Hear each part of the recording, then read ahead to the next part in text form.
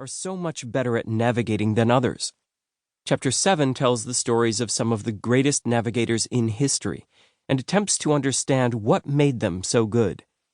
We will then return to the question of why people get lost and what happens to them when they do, in a chapter that is both a psychological enquiry and the story of a recent tragedy. The idea of getting lost evokes images of dense forests and paths not taken, but as we'll see in Chapter 9, it can just as easily happen in cities, especially those that are confusingly arranged. Chapter 10 describes what happens to some of us at the end of our lives, when dementia robs us of our sense of place, and we find ourselves in a world that we no longer know. Finally, we will reflect on the impact of GPS devices on our spatial abilities, and how we can prevent cognitive decline by exercising our natural navigation aptitude.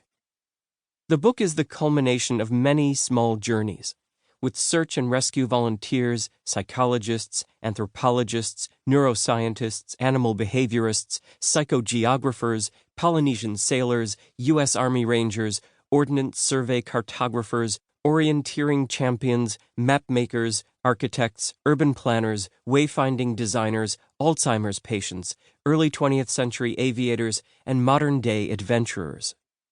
All these people have in their own way broadened our knowledge of how we interact with the world. People's intense aversion to being lost illustrates how important it is for us to know where we are. One reason those with Alzheimer's are deeply distressed much of the time is that their cognitive maps have all but disintegrated. They are incapable of finding their way anywhere and can be lost even in their own homes. My grandmother, in the final weeks of her life when she was affected by dementia, repeatedly used the phrase, "Am I here?" I used to wonder what she meant by it. It's a question with several possible meanings. The most obvious way to ask it is with your finger on a map or with a certain location in mind. Yet the experience of a place can never be explained in coordinates or in terms of the firing patterns of your spatial neurons. You only really know where you are if you can tell a story about that place, or remember how you found your way there. In the end, I believe my grandmother was questioning the history of her relationship with the room she was in, and perhaps whether she existed at all.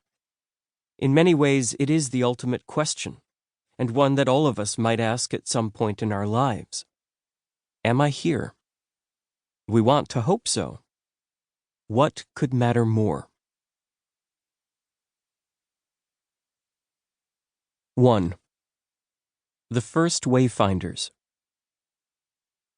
Around 75,000 years ago, a group of Homo sapiens left Africa, the continent where they had evolved, crossed the dried-up Bab el-Mandeb Strait at the southern end of the Red Sea, and followed the coastline eastwards, along the sole of the Arabian Peninsula. We don't know why they started this journey, nor why they didn't stop and try to settle along the way as other groups had done. After all, they could not have conceived where they would end up. Over the next 60,000 years, their descendants trekked, paddled, and bushwhacked their way east to the islands of Southeast Asia, and across the Arafura Sea to Australia, north through the Middle East, and from there into China and the steppes of Central Asia, west over the Bosporus and down the Danube Valley into Europe, and eventually via a land bridge from Siberia to America, and on to its wind-swept southern toe.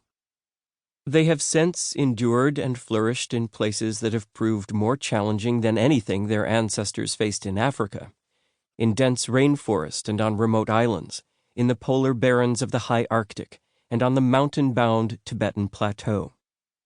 Not content with treading the far reaches of this planet, they have also ventured 250,000 miles off it, to the moon and beyond. In a few decades from now, their progeny could be kicking their feet in the dust of another planet, tens of millions of miles from Earth.